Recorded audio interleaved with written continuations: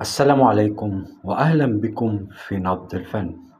النهاردة معانا خبر مهم من الفنانة المعتزلة شمس البارودي، التي رجعت تتصدر عناوين بعد ما نشر مقاطع فيديو قديمة لها قبل الاعتزال ظهرت فيه غير الحجاب، وده عمل جدال واسع على السوشيال ميديا.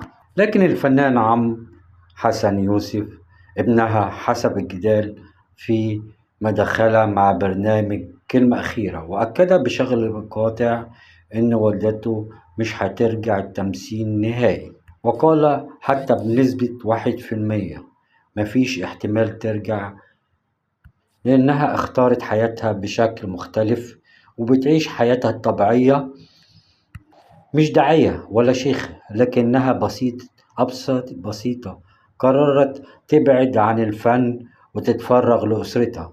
كما واضح إن والدتي مش هتتبرأ من أعمالها الفنية القديمة، بالعكس هي مرحلة من حياتها، ولكن قررت أن تسلك طريقها آخر وتركز على حياتها العائلية. أما شمس البارودي بنفسها أكدت إنها نسيت التمثيل تماما، وقالت إنها بتندهش لما بتفتكر أدوات اللي جسدتها زمان، وأضافت إنها بتنشر صورها ومقاطع مع زوجها الفنان الكبير حسن يوسف للحديث من حياتها وذكرياتها، لأنها لكن ملوش أي علاقة بعودتها للفن. وفي تعليق مؤخرا ختمت كلامها وقالت: ده جزء من حياتي مع حبيبي، مش ممكن أمحيه، وربنا مطلع على القلوب.